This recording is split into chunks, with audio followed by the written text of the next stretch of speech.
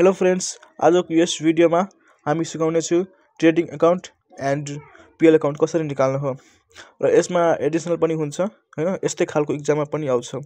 त हेर्नु एडिसनलमा के दिएको हुन्छ हैन। एडिसनल भनेको दुवै साइड हुनु पर्यो, दुवै साइड जानु पर्छ। यदि ब्यालेन्स सिट छ भने, यदि ब्यालेन्स सिट निकाल्न भनेको छैन भने यदि हुँदैन। यसमा मात्र दुईवटा भनेको छ, trading account and profit and loss account. Okay, तर अब हामीलाई यस्तो खालको फर्मेट तयार पार्नु पर्छ हैन। राम्रो तरिकाले यो फर्मेट तयार पार्नुस्। यस्तो पहिले लाइन तार्नुस् हैन। र यसरी यो पहिला भयो ट्रेडिङ अकाउन्टको र तलको भयो पीएल अकाउन्टको फर्मेट हैन। यस्तै खालको बनाउनु पर्छ। Okay guys, are you ready?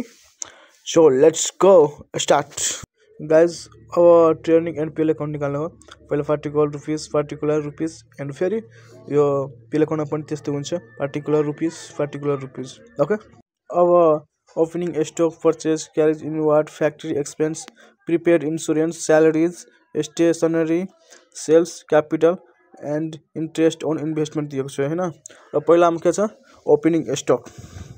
र ओपनिङ स्टक हुन्छ यो ट्रेडिङको डीआरमा। तो टू ओपनिङ स्टक लेख्ने। ओके गाइज, ओपनिङ स्टक कति छ गाइज? ओपनिङ स्टक छ 2 लाख हैन।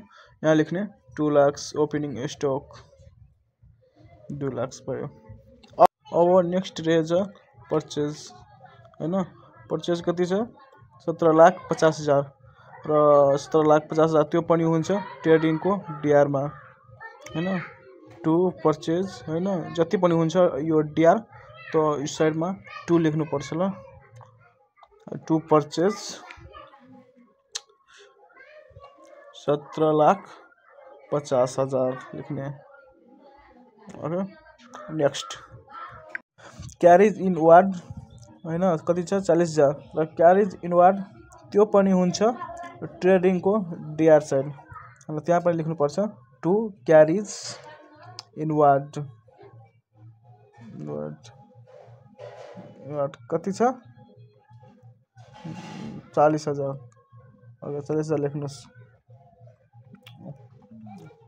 नेक्स्ट के छ? फ्याक्ट्री एक्सपेन्स हैन। त्यो कति दिएको छ? 4 लाख।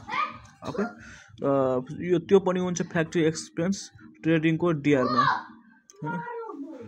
जति पनि छ opening stock, purchase, carriage inward, factory expense त्यो सबै हुन्छ ट्रेडिङको डीआरमा। कति छ factory expense? 4 lakh guys, 4 lakh लेख्नुस् हैन। 4 लाख। अब छ प्रिपेड इन्सुरेन्स हैन। प्रिपेड इन्सुरेन्स भनेको पहिला नै तिरेको बिमा। र हेर्नुस् एडिसनलमा छ कि छैन इन्सुरेन्स हैन। प्रिपेड इन्सुरेन्स छ, एक्सपायर दिएको छ। कति छ? 20,000 हैन। त्यो मतलब यो एक्सपायर वाला हुन्छ, यो 20,000 हुन्छ। ओके, यहाँ ट्रायल ब्यालेन्सको भित्रमा दिएको छ प्रिपेड इन्सुरेन्स, त्यो हुँदैन हैन। त्यसलाई काट्दिनु हैन, त्यो हुँदैन। ओके, यो प्रिपेड इन्सुरेन्सलाई हैन काट्दिनु, त्यो हुँदैन, त्यो एक्सपायर वाला हुन्छ। जसमा एडिसनल दिएको छ नि, यो कति छ? प्रिपेड इन्सुरेन्स एक्सपायर 20,000 त्यो हुन्छ। ओके, त्यो लेख्नु पर्छ हामीलाई। यहाँ लेख्नु पर्छ पीएल को डीआरमा टू प्रिपेड इन्सुरेन्स एक्सपायर 20,000 हैन। 20,000 छ अनि दिने एक्सपायर 20,000 दिने। ओके, 20,000 भयो। अब नेक्स्ट कति के छ? यो स्यालेरिज हैन। स्यालेरी कति छ? 1,75,000 हैन। त्यो पनि हुन्छ पीएल को डीआरमा। यहाँ लेख्ने यो डीआर साइड प्रिपेड को टू स्यालेरिज कति छ? 1,75,000। ओके, यति लेख्नुहोस्, 1,75,000 छ स्यालेरिज। अब नेक्स्ट अब छ यो स्टेसनरी हैन। यो कति छ? यसको छ 25,000। स्टेसनरी छ 25,000। स्टेसनरी पनि हुन्छ पीएल को डीआरमा ओके यहाँ लेख्ने 2 स्टेसनरी हैन कति थियो stationery 25,000 लेख्नुस् 25,000 okay let's go next यो अब छ के छ सेल्स हैन सेल्स छ कति 25 लाख र सेल्स हुन्छ ट्रेडिङ को शेयर मा हुन्छ हैन अनि लेख्ने बाय सेल्स छ 25 लाख 25 lakhs rupees ओके दिने 25 लाख ओके नेक्स्ट अब रहेछ क्यापिटल हैन र यो क्यापिटल यसमा हुँदैन त्यो ब्यालेन्स शीटमा हुन्छ क्यापिटल यो यसमा रिक्वायरमेन्ट दिएको छ trading account and PL account मात्र निकाल्नका लागि त्यसैले त्यो क्यापिटल हुँदैन ओके गाइज अब नेक्स्ट अगाडि हुन्छ इन्ट्रेस्ट अन इन्भेस्टमेन्ट हैन तल छ तो इन्ट्रेस्ट अन इन्भेस्टमेन्ट हुन्छ पीएल को शेयर साइड किनकि अन इन्भेस्टमेन्ट दिएको छ इन्ट्रेस्ट मात्र दिएको हुन्थ्यो भने त्यो हुन्थ्यो यो डीआर मा इन्ट्रेस्ट अन इन्भेस्टमेन्ट दिएको छ त्यसैले यो भयो पीएल को शेयर मा okay guys investment by interest on investment लेख्ने कति थियो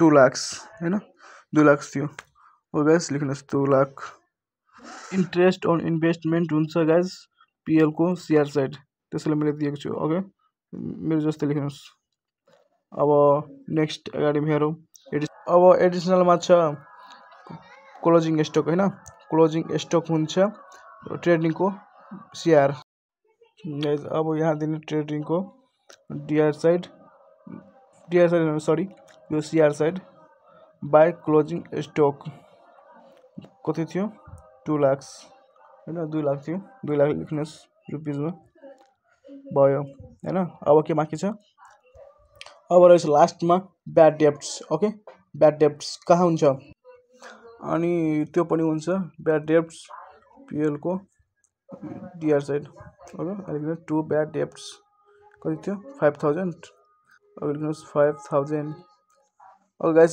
अब हामी जोड्ने ओके अब हामी समस्याको हल गर्नुस् नाउ स्टार्ट गाइस यो जोडेपछि कति हुन्छ by sales and closing stock 27 lakh हैन 27 लाख अब हामी ग्रोस प्रॉफिट निकाल्नु ओके अब टु ग्रोस प्रॉफिट कति हुन्छ ग्रोस प्रॉफिट हैन यो 27 लाख बाट यति घटाएपछि हैन कति हुन्छ हेर्नुस् गाइस 3,10,000 हुन्छ अब यो 2,17,000 50,000 40,000 4 लाख घटाएपछि 3,10,000 आइहाल्छ अब यो पीएल को शेयर मा लेख्नुस् हामीले सर्वप्रथम बाय यो ग्रोस प्रॉफिट कति छ ग्रोस प्रॉफिट यो 3,10,000 यहाँ लेख्नुस् रुपीस मा 3,10,000 ओके डन सो अब गर्ने हो अब छ 3,10,000 ग्रोस प्रॉफिट एन्ड 2 लाख छ बाय इन्ट्रेस्ट अन इन्भेस्टमेन्ट जोडेपछि कति हुन्छ 5,10,000 ओके अब द लास्ट फाइनल छ हैन यो 20,000 1,75,000 25,000 एन्ड 5,000 घटाएपछि हुन्छ आफ्नो नेट प्रॉफिट हैन नेट प्रॉफिट हुन्छ 2,85,000 हैन 2,85,000 mean okay guys this is clear and answer पनि मिल्यो हैन ग्रोस प्रॉफिट भयो यो 3,10,000 एन्ड नेट प्रॉफिट भयो 2,85,000 हाम्रो आन्सर मिल्यो गाइस सो ओके अब के कन्फ्युज भएमा मलाई भन्नुस् कमेन्टमा म तपाईको यो समस्याको हल गर्ने छु हैन भिडियो पनि बनाइदिन्छु एन्ड भिडियो कस्तो लाग्यो राम्रो लाग्योमा लाइक र कमेन्ट शेयर पनि गरिदिनु आन्सर मिल्यो हैन हेर्नुस् ग्रोस प्रॉफिट छ 3,10,000 एन्ड नेट प्रॉफिट 2,85,000 2,85,000 ओ गाइस हस् जय नेपाल